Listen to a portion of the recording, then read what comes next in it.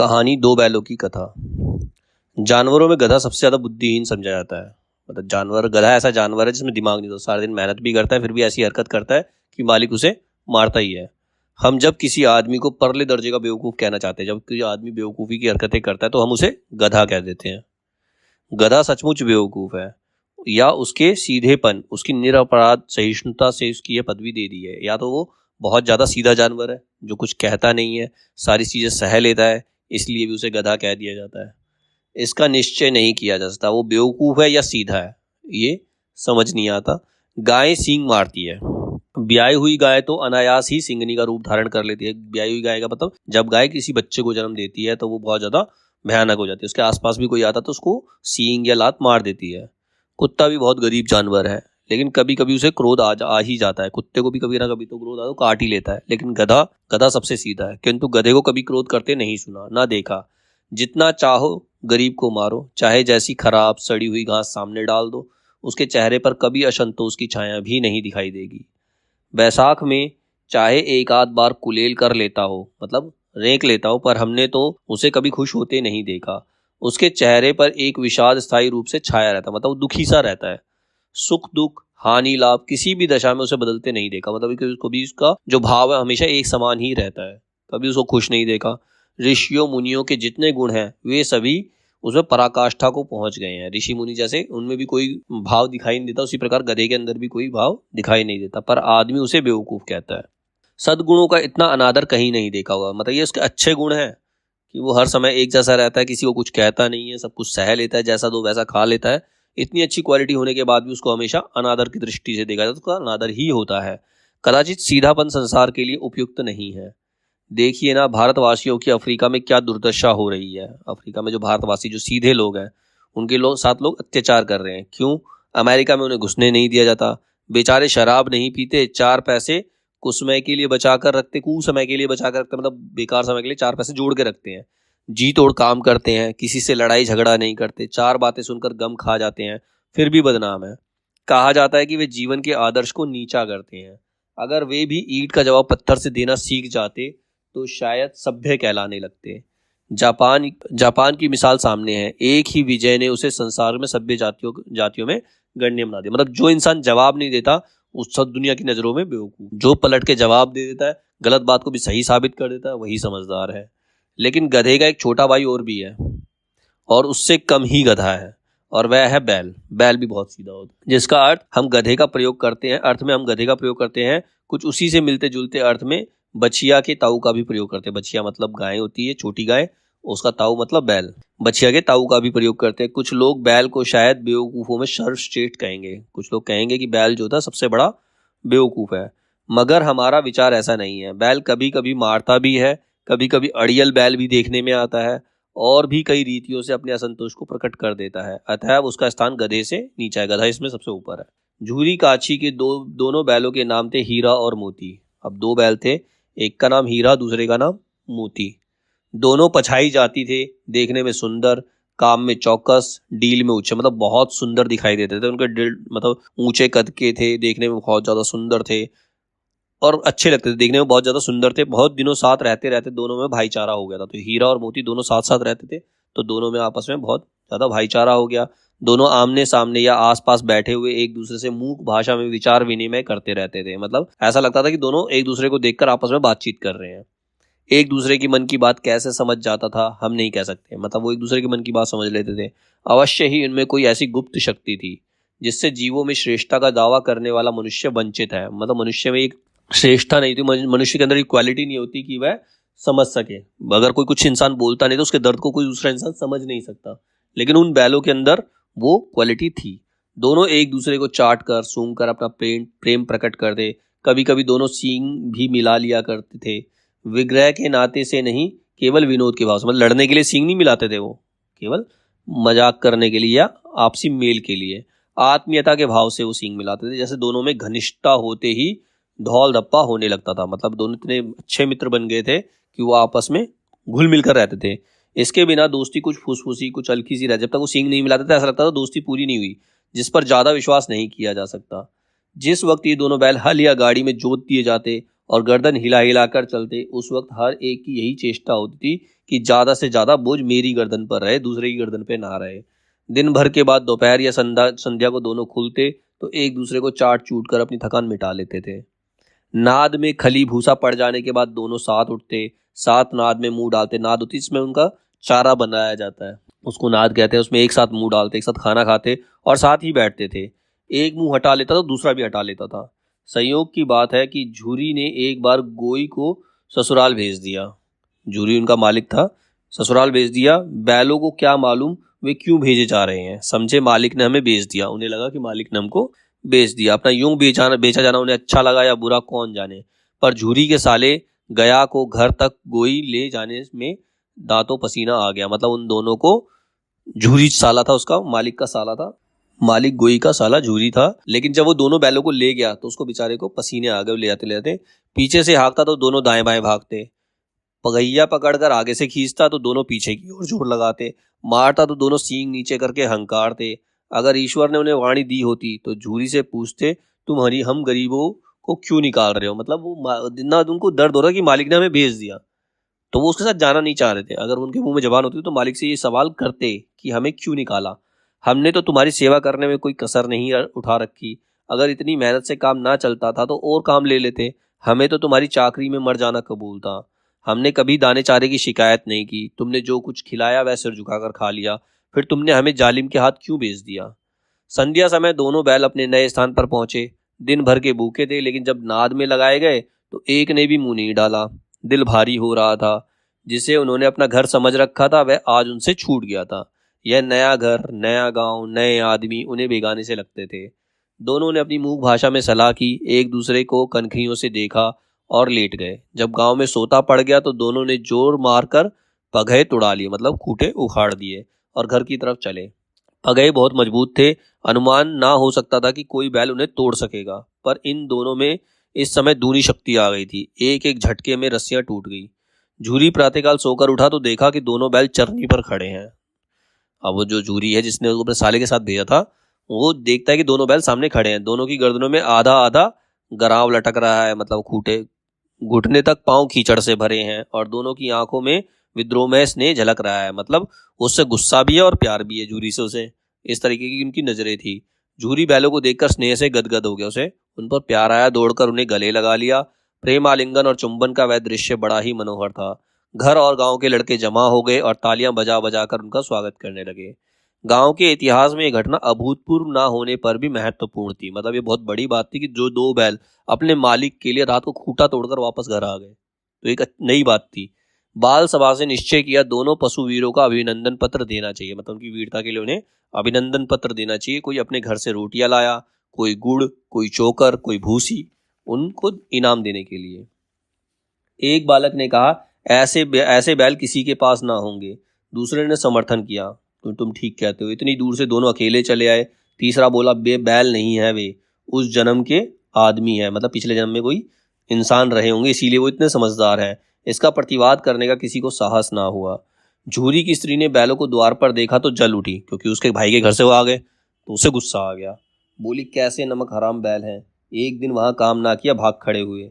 झूरी अपने बैलों पर आक्षेप ना सुन सका। जब उसने उनको नमक हराम कहा तो झूरी को गुस्सा आ गया। उसने कहा, नमक हराम क्यों है, चारा दाना ना दिया होगा तो क्या करते हो, उसने खाना ही नहीं दिया होगा, इसीलिए वापस आ गए। स्त्री ने रौब के साथ कहा, बस तुम ही तो बैलों को खिलाना जानते हो, और तो सभी पानी पिला पिला कर रखते हैं।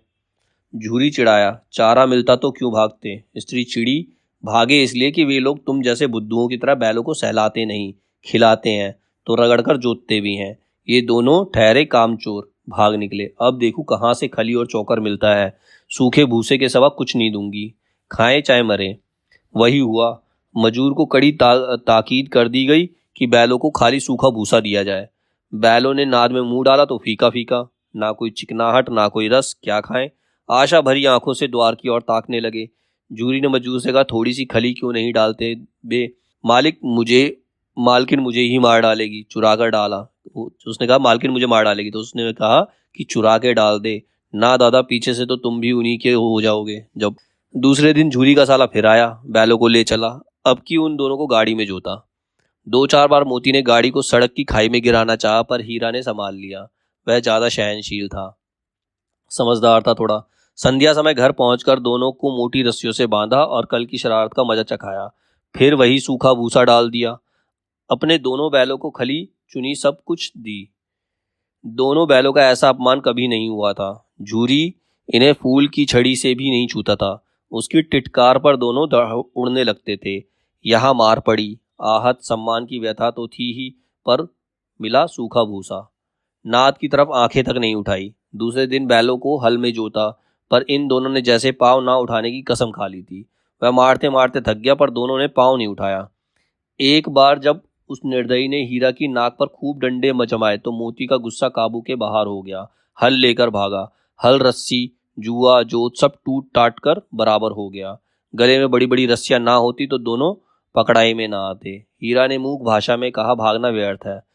मोती ने उत्तर दिया, तुम्हारी तो इससे इसने जान ही ले ली थी, अब की बड़ी मार पड़ेगी। पढ़ने दो, बैल का जन्म लिया है तो मार से कहाँ तक बचेंगे। गया दो आदमियों के साथ दौड़ा आ रहा है।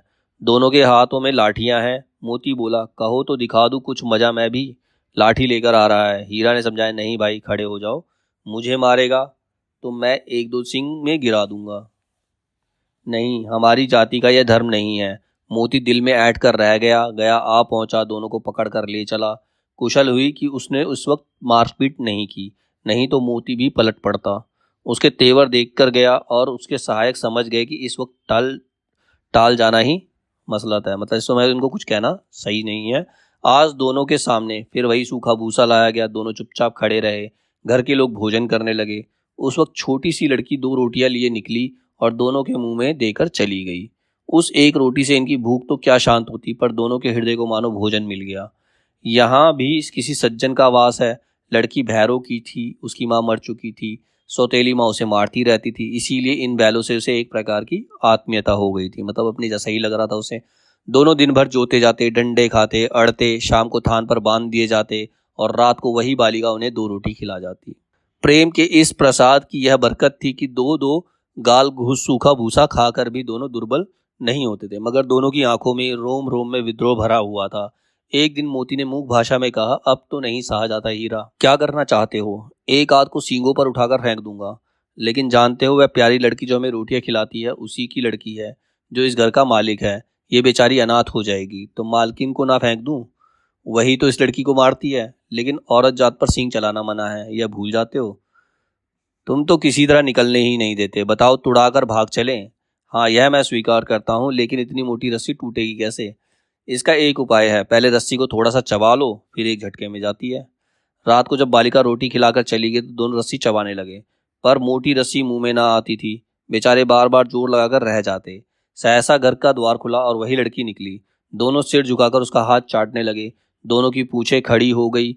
उसने उनके माथे सहलाए और बोली, खोले देती हूँ, चुपके से भाग जाओ, नहीं तो यहाँ लोग मार डालेंगे। आज घर में सलाह हो रही है कि इनको नाकों में नाट डाल दी जाए। उसने गराव खोल दिया, मतलब दोनों के रस्से खोल दिए, पर दोनों चुपचाप खड़े रहे। मोती ने अपनी भाषा में पूछा, अब चलते क्यों नहीं? हीरा ने कहा, चले तो, लेकिन कल ही सनात पर आफत आएगी, सब इसी पर संदेह करेंगे।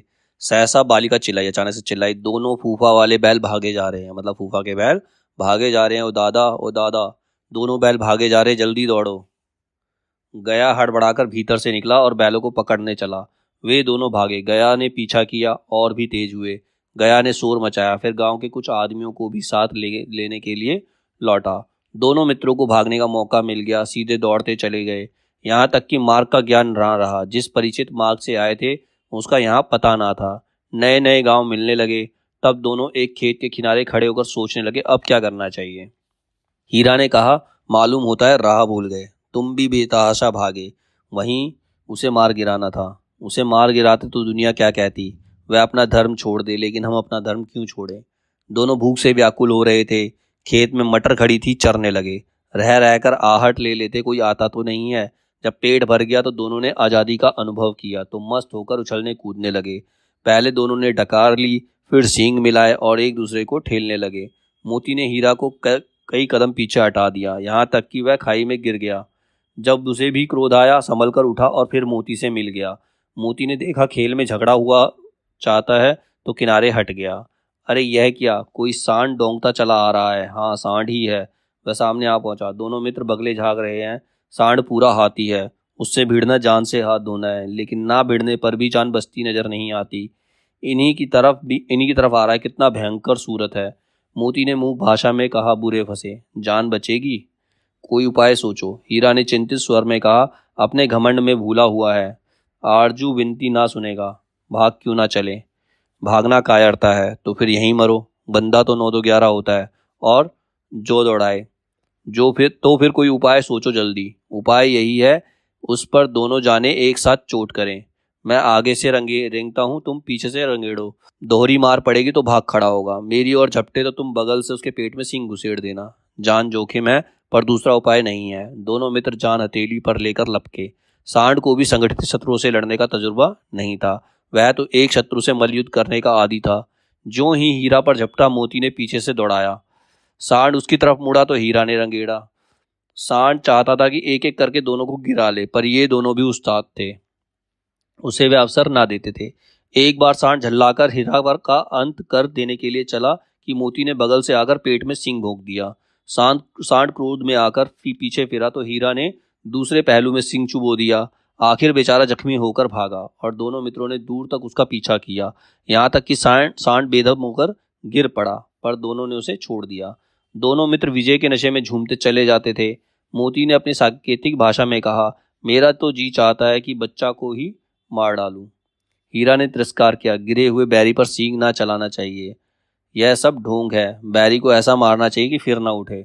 अब घर कैसे पहुंचेंगे वह सोचो, पहले कुछ खा लें तो सोचें। सामने मटर का खेत था ही। मोती इसमें घुस गया। हीरा मना करता रहा, पर उसने एक ना सुनी। अभी 2 ही 4 ग्रास खाए थे कि 2 आदमी लाठियां लिए दौड़ पड़े। दोनों मित्रों को घेर लिया। हीरा तो मेड़ पर था, निकल गया। मोती सींचे हुए खेत में था, उसके खुर कीचड़ में धंसने लगे, ना भाग सका, पकड़ लिया। हीरा ने देखा संगी संकट में है तो लौट पड़ा, फंसेंगे तो दोनों फंसेंगे। रखवालों ने उसे भी पकड़ लिया। प्रातःकाल दोनों मित्र कांजी होश में बंद कर दिए गए। दोनों मित्रों को जीवन में पहली बार ऐसा साबिका पड़ा कि सारा दिन बीत गया और खाने को एक तिनका भी नहीं मिला।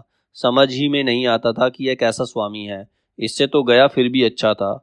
यहाँ कई भैंसें थी, कई बकरियां, कई घोड़े, कई गधे, पर किसी के सामने चारा ना था। सब जमीन पर मुर्दों की तरह पड़े थे। कई तो इतने कमजोर हो गए थे कि खड़े भी नहीं हो सकते थे। सारा दिन दोनों मित्र फाटक की ओर टकटकी लगाए ताकते रहे, पर कोई चारा लेकर आता न दिखाई दिया।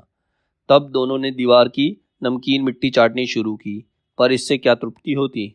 रात को भी जब कुछ भोजन ना मिला तो हीरा के दिल में विद्रोह की ज्वाला दहक उठी। मोती से बोला, अब तो नहीं रहा जाता मोती। मोती ने सिर लटकाए हुए जवाब दिया, मुझे तो मालूम होता है प्राण निकल रहे हैं।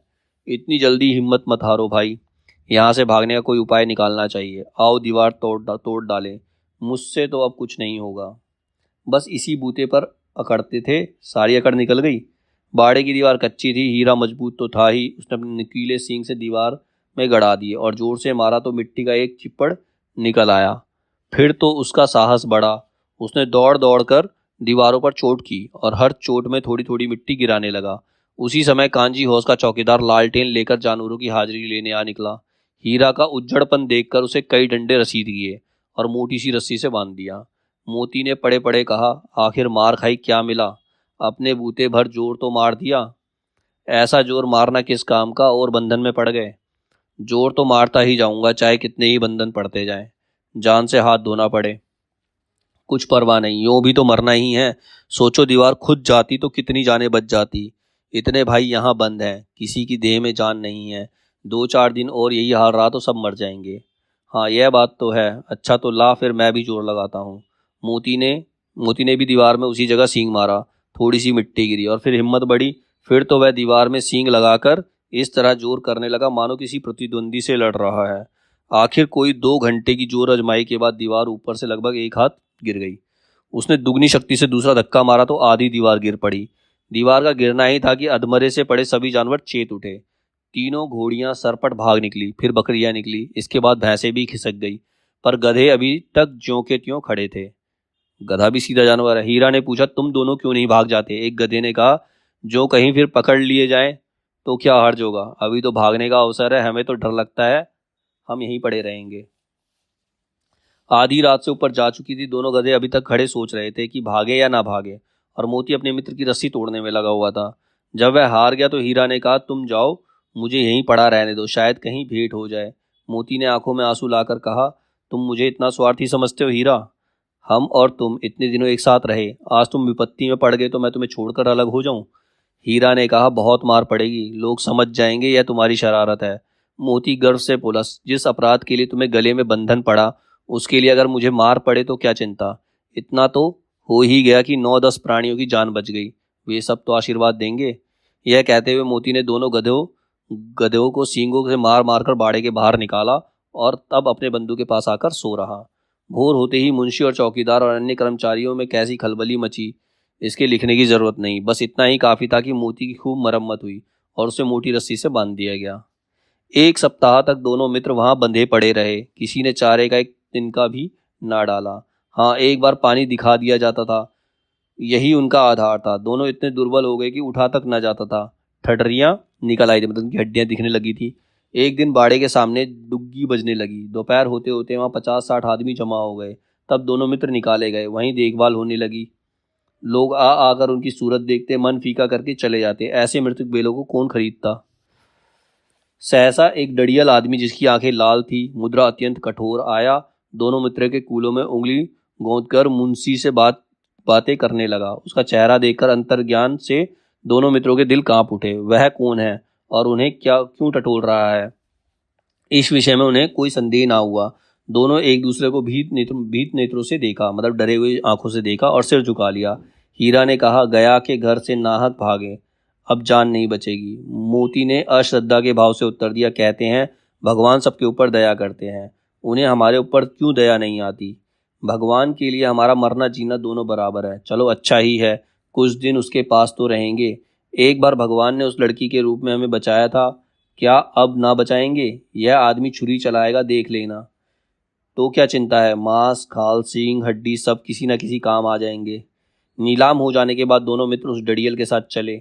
दोनों की बोटी बोटी कांप रही थी, बेचारे पांव तक नहीं उठा सकते थे, पर भय के मारे गिरते पड़ते भागे जाते थे, क्योंकि वह जरा भी चाल धीमी हो जाने पर जोर से डंडा जमा देता था। राह में गाय बैलों का एक रेवड़ हरे हार में चढ़ता नजर आया। सभी जानवर प्रसन्न थे, चिकने चपल, कोई उछलता था, कोई आनंद से बैठा पागुर करता था। कितना सुखी जीवन था इनका, पर कितने स्वार्थी हैं सब।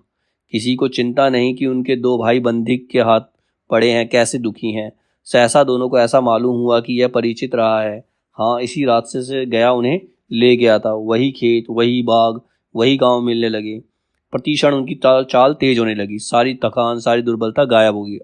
ये लो, अपना ही हार गया, अपना ही हार आ गया। इसी कुएं पर हम पुर चलाने आया करते थे, यही कुआं है, मतलब अपने गांव में आ गए। मोती ने कहा, हमारा घर नजदीक आ गया। हीरा बोला, भगवान की दया है, मैं तो अब घर भागता हूँ। यह जाने देगा, इसे मैं मार गिराता हूँ।